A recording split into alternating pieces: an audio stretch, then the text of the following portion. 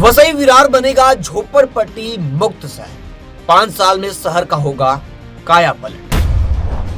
वसई विरार जो अब तक झोपड़पट्टियों और अनियोजित शहरीकरण के लिए जाना जाता था, जल्द ही एक नई पहचान बनाने जा रहा है। बीते 15-20 वर्षों में यहाँ बड़े पैमाने पर अनधिकृत निर्माण हुए, जिससे बुनियादी सुविधाओं की भारी कमी हो गई।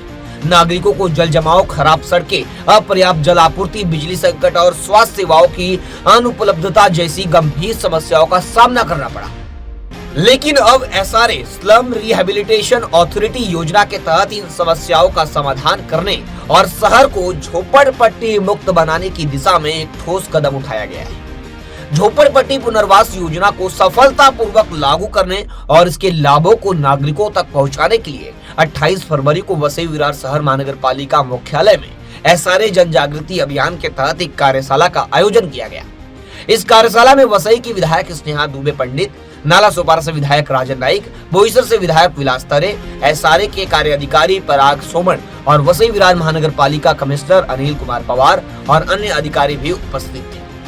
कार्यशाला में एसआरए योजना की विस्तृत जानकारी दी गई और नागरिकों को बताया गया कि कैसे वे इस योजना का लाभ उठाकर पक्के और सुरक्षित घर प्राप्त कर सकते हैं। एसआरए योजना का मुख्य उद्देश्य झोपड़पट्टी वासियों को पुनर्वासित कर पक्के मकान या फ्लैट उपलब्ध कराना है और उनके जीवन स्तर को सुधारना है। इस योजना के प्रमुख लाभ क्या हैं, कैसे आप लोगों को घर मिलेंगे, आइए पूरा विस्तृत तरीके से आपको बता दें। झोपड़पट्टी वासियों को 300 वर्ग फुट का मुफ्त पक्का घर मिलेगा। उसमें जल, बिजली, सड़क, स्वास्थ्य केंद्र जैसी आधुनिक सुविधाएं भी होगी। हरित क्षेत्र और पर्यावरण सुधार को बढ़ावा मिलेगा। आर्थिक स्थिरता और रोजगार के अवसर भी, और बच्चों के लिए शिक्षा और खेल की सुविधाएं भी मिलेगी। महिलाओं और बुजुर्गों के लिए सुरक्षित वातावरण और स्वच्छता और स्वास्थ्य सुविधाओं में भी सुधार। एसआरए योजना के अंतर्गत मुंबई, ठाणे, नवी मुंबई, कल्याण, डोंबिवली, मीरा भाईंदर, वसई विरार में झोपड़पट्टी पुनर्विकास के कार्य किए जा रहे हैं। अब वसई विरार शहर में झोपड़पट्टी पुनर्वासन योजना को सफलतापूर्वक लागू करने के लिए सरकार ने ठोस कदम उठाए हैं। इस दिशा में वसई, नालासोपारा, बोईसर के विधायक लगातार प्रयासरत हैं। इन योजनाओं के अंतर्गत रोड ओवरब्रिज, अंडरग्राउंड वायरिंग, जल निकासी प्रणाली, स्वच्छ पेयजल आपूर्ति और स्वास्थ्य सेवाओं में सुधार किया जा रहा है। एसआरए योजना को लेकर विधायक स्नेहा दुबे पंडित ने इस कार्यक्रम में सभी विकासकों और आर्किटेक्ट से अपील की कि वे इस योजना में सक्रिय भागीदारी निभाएं, वसई विरार के नागरिकों को पक्के और सुरक्षित घर दिलाने में योगदान दें।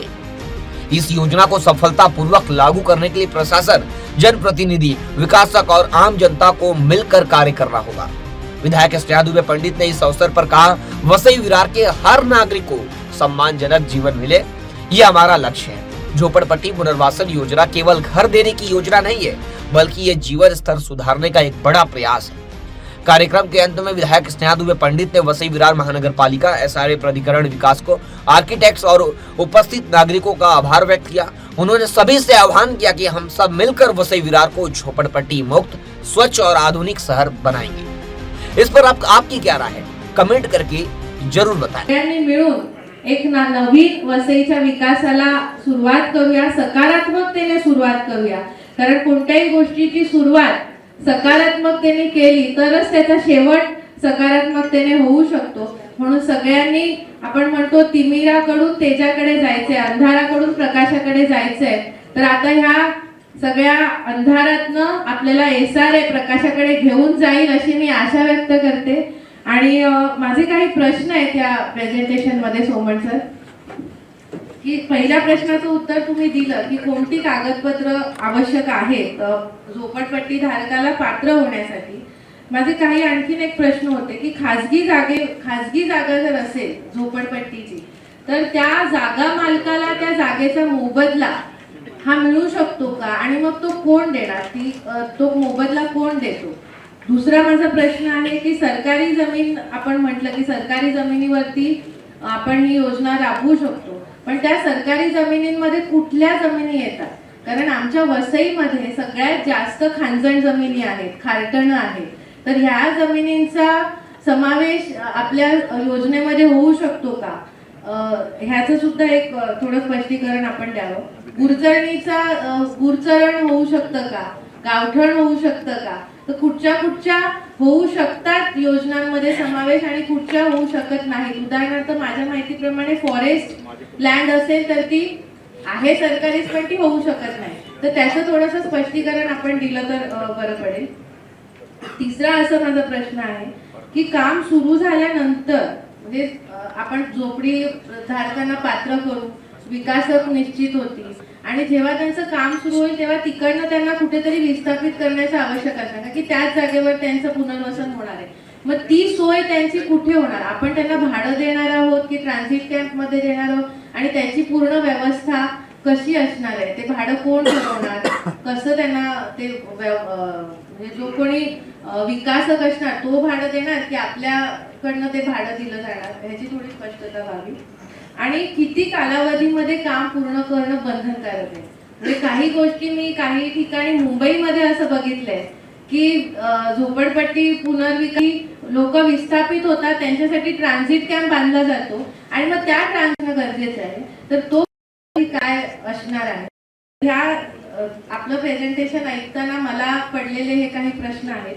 आणखीन कोणाला पडले असतील तर ते विचारतील. पण मला असं वाटतं की तुमच्याकडे सगळी उत्तरं ही आहेत. तर आपण ह्या सगळ्या प्रश्नांची स्पष्टीकरण द्यावं आणि पुन्हा एकदा मी तुमच्या सर्वांचे वसई तालुक्यातल्या सर्व नागरिकांच्या तर्फे खूप खूप आभार.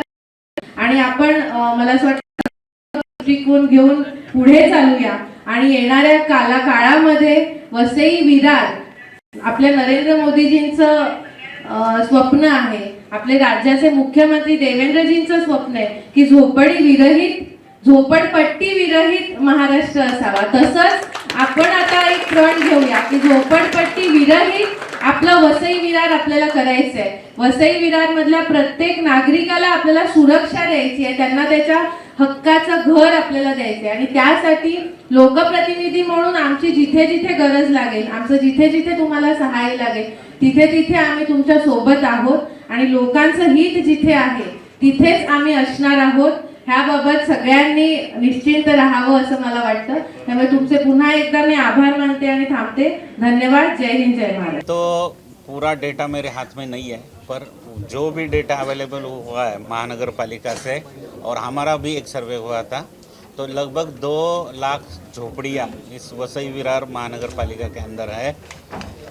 उसको जो भी उसका लैंड का स्टेटस हम मालूम करेंगे. उसमें जो भी ज़मीन राज्य सरकार की और खाजगी ज़मीन है तो उसमें हम ये योजना लागू कर सकते हैं. तो उसके बाद अगर वो झोपड़पट्टी वाले जो है वो एक ठहराव करके हमारे पास आ जाते हैं तो उसके तहत आगे की कार्रवाई हम चालू करेंगे. मेरा काम चालू है, कमेटी कुछ बनाने की ज़रूरत नहीं है, ये सिंपल प्रोसेस है. 1 महीने में हम अभी आगे का काम शुरू कर सकते हैं. सर, महाराष्ट्र में कई जगह ये सारे स्कीम जो लागू हुई है अभी तक कंप्लीट नहीं हुई है, तो ऐसे में 36 महीना और 60 महीने का आप टर्म बता रहे हैं, तो यहाँ पे कितने साल लग सकते हैं? यहाँ 5 बरस में स्कीम पूरी हो सकती है क्योंकि ये नया एरिया है, इसमें कोई कॉम्प्लिकेशन नहीं आएंगे. ऐसी आप भी अपेक्षा रखो, मैं भी रखता हूँ, तो इसमें हो जाएंगे.